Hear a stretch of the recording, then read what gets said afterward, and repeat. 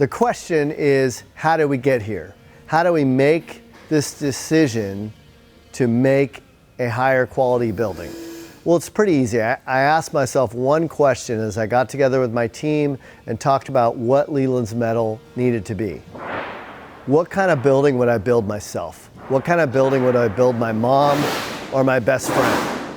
How would I stand behind that building? It's actually pretty simple. Now then it was just a process of talking to dealers and customers and installers and suppliers and figuring out how that all comes together, but the process was really simple. How would you want this building built for yourself? What metal would you use? What installers would you use? What warranty would you cover to build a building for yourself? That's the same kind of building we want to build for you.